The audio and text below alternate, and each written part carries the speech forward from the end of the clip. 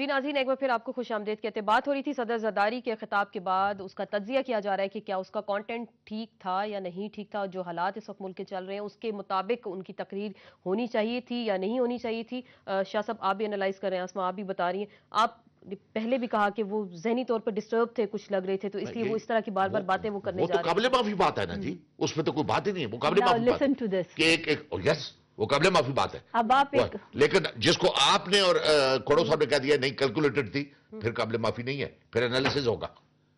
بہن دیکھیں نا، آپ بھی سیاسی لیڈر ہیں ماشاءاللہ، ممبر پارلیمنٹ ہیں، اور ایک ایک فکرہ. پھر تو اب بتائیں جمہوریت کے خلاف یہ جمہوریت کو ڈی ریل میاں نواز شریف کر رہا ہے.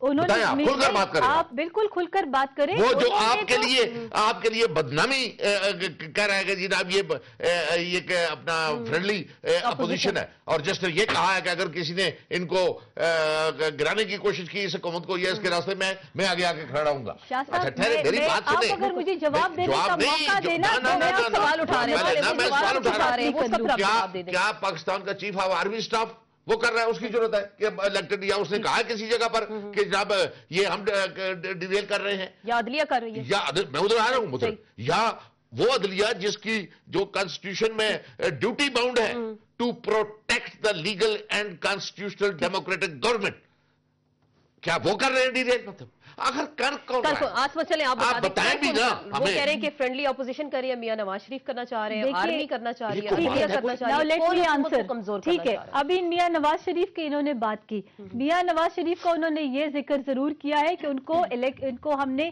انوائٹ کیا اور ان کو ہم نے مطلب پریشرائز کیا کہ آپ الیکشن کریں. جو حقیقت ہے آپ مجھے بات کرنے دیں. آپ ضرور کریں. شاہ صاحب اگر آپ بھی بات کریں گے تو بات کی نا جو زرداری صاحب نے، میں میرے ساتھ تھا ان کے، ہم ڈوڈیرو گئے تھے. اور کیا میاں صاحب نے کہا؟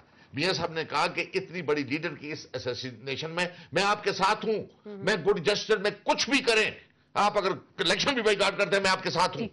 یعنی وہ اتنا، یعنی سون آفٹر، اور جس وقت اسیسینیشن ہوئی Mian Nawaz Sharif was the first politician جو ہاسپٹل میں پہنچا، پھر لڑکانے پہنچا. تو آپ الٹا اس کو آپ اکیوز کر رہے ہیں. مطلب کیا بات ہے؟ آپ اگر یہ مجھے شاہ صاحب مجھے جواب دیکھیں شاہ صاحب قطع کلامی معاف، لیکن یہاں پر بات یہ بھی ہو رہی ہے کہ نون کا ایک ایشو یہ بھی ہے، چونکہ یہ 17th امینڈمنٹ کی بات کر رہے ہیں اور تھرڈ ٹائم پرائم منسٹرشپ ان کا بہت بڑا ایشو ہے، جو انسائڈ ہمیں بھی پتا ہے اور انسائڈ ان کو بھی پتا ہے. اگر بات نکلے گی تو پھر بہت دور جائے گی. Third time prime ministership issue ہے ان کا، اور وہی ایشو ان کا چل رہا ہے. مین ریزن ان کا وہی ہے.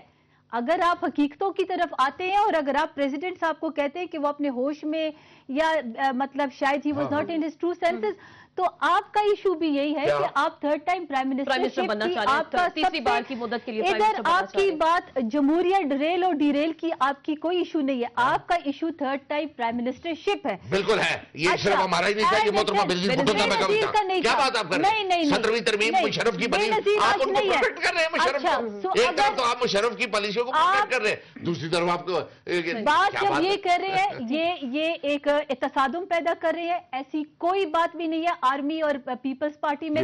اگر صدر صاحب کی تقریر سے یہ نہیں ہے. نان اسٹیٹ ایکٹرز فورن ایلیمنٹس، وہ کون لوگ ہیں؟ فورن ایلیمنٹس ہے، انڈیا ہے، نان اسٹیٹ ایکٹرز ہے، طالبان ہے، یہ جو ارد گرد کے آپ کے ریجن ہے.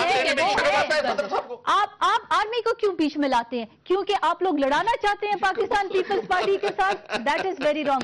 سپریم کورٹ کا کوئی ایشو نہیں ہے. سپریم کورٹ کو بحال کس نے کیا؟ آپ لوگوں نے نہیں بحال کیا، وہ اس گیلانی صاحب نے ان کو بحال کیا. یہ باتیں غلط ہیں. چلے وہ ہم نے دیکھا آدھی رات کو آرمی چیف ملتے تھے، ملے اور اس کے بعد انہوں نے بحال کیا. لیکن ہوا آپ نے وہ وقت بھی دیکھا ہے جب انہوں نے سپریم کورٹ کے اوپر چڑھائیاں کی پولیس کی اور آرمی کی. وہ وقت بھی آپ نے دیکھا. آپ نے وہ وقت بھی دیکھا کہ چیف آف آرمی صاحب کو انہوں نے ہوا میں پاکستان میں اترنے نہ دیا. وہ وقت بھی آپ نے اور میں نے دیکھا ہے. ہارون الرشید صاحب ہمارے ساتھ موجود ہے، سینئر اینالسٹ ہیں. ان سے بھی ہم تجزیہ لیتے ہیں. صدر صاحب کی جو تقریر ہوئی اس کے بعد بڑی ایک ڈیبیٹ اس وقت چل پڑی ہے کہ کیا ان کی تقریر کا کانٹینٹ تھا وہ بالکل ٹھیک تھا، کیلکولیٹڈ تقریر تھی یا نہیں تھی. السلام علیکم ہارون الرشید صاحب.